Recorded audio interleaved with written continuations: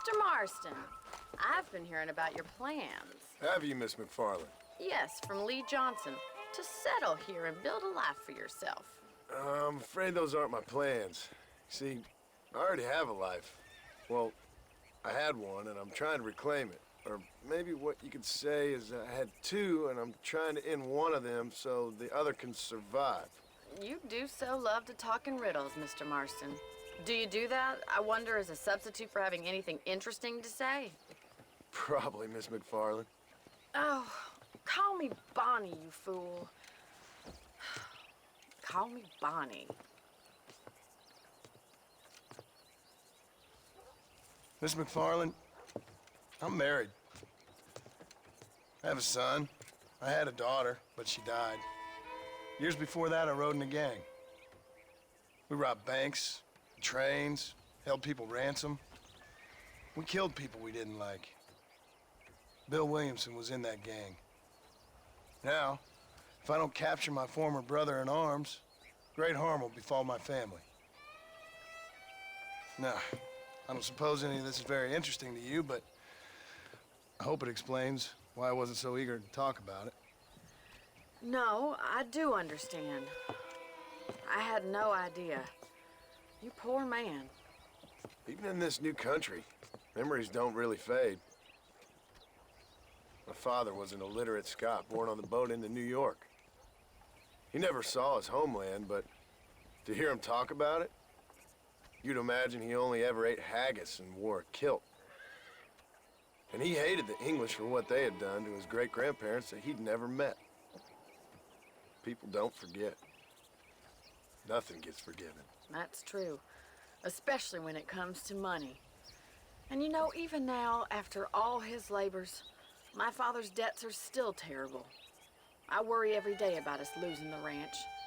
It would kill him. My father died when I was 8 years old. His eyes were, well, let's just say he was blinded in a bar fight south of Chicago. My mother died during childbirth. She was a prostitute, and he was her, well, I don't know what he was. So I was sent off to an orphanage and ran away and fell in with a gang. My word. What a difficult life you've lived. The leader of the gang taught me how to read, taught me how to see all that was good in the world. He was a great man in a way. But you killed people. Sure. And I've suffered for it.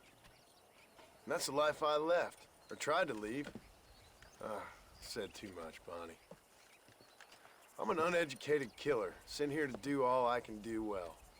Kill a man in cold blood so that another man may do his part to cut crime in an area, and a rich man can be elected governor on the back of these promises. Civilization is a truly beautiful thing, Mr. Marston.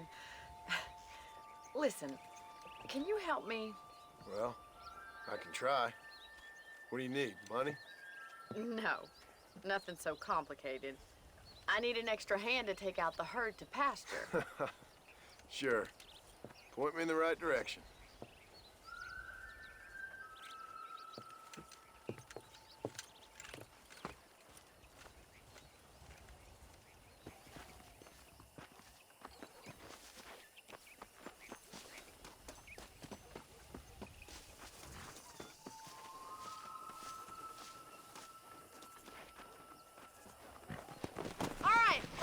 To the cow pen. It's about time a budding farmer such as yourself learned how to herd cattle. Yeah. Thank you for telling me all that back there. It must have been hard for you. Hope you understand now why I've been playing my cards somewhat close to my chest. I didn't know you had a wife and child. Then again, I don't think I ever asked. They're lucky to have a man like you. Good to see you, Miss McFarland. Easy now. All right, let's see if you can herd cows as well as you can charm humanity. That's it, Steve. I'll Come. some up. He's got it. Nice job, Mr. Marston. Herd the cows down the road. Pretend you know what you're doing. Ain't that hard, is it? Look at the cowboy. Come on, you dumb heifer.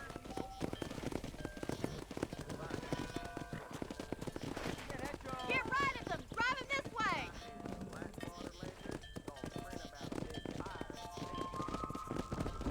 Come on.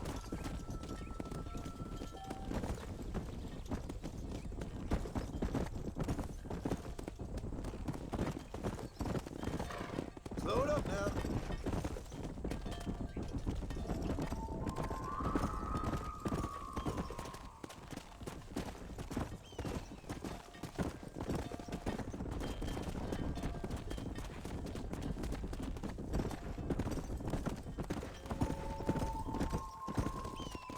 Let's go. Keep going, Mr. Marston. Good! Now we need to move this entire herd out to the far pasture for grazing.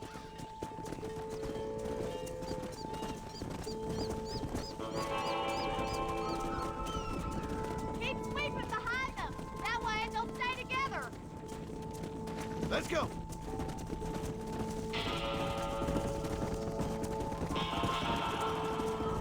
You're doing great, Mr. Marston. Stay with him. Keep that herd together now.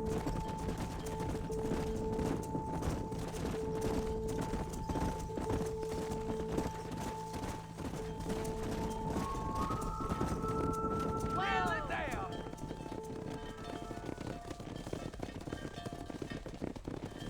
You're not bad with the herd. Ranching might be your true calling, Mr. Marston. Either that, or you were a cow in a past life. Thank you, Miss McFarland. I'll see you later. I have work to do back at the ranch. Let's hit it.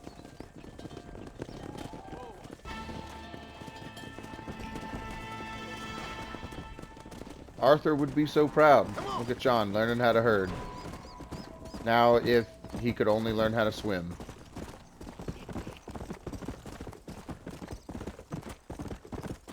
Go.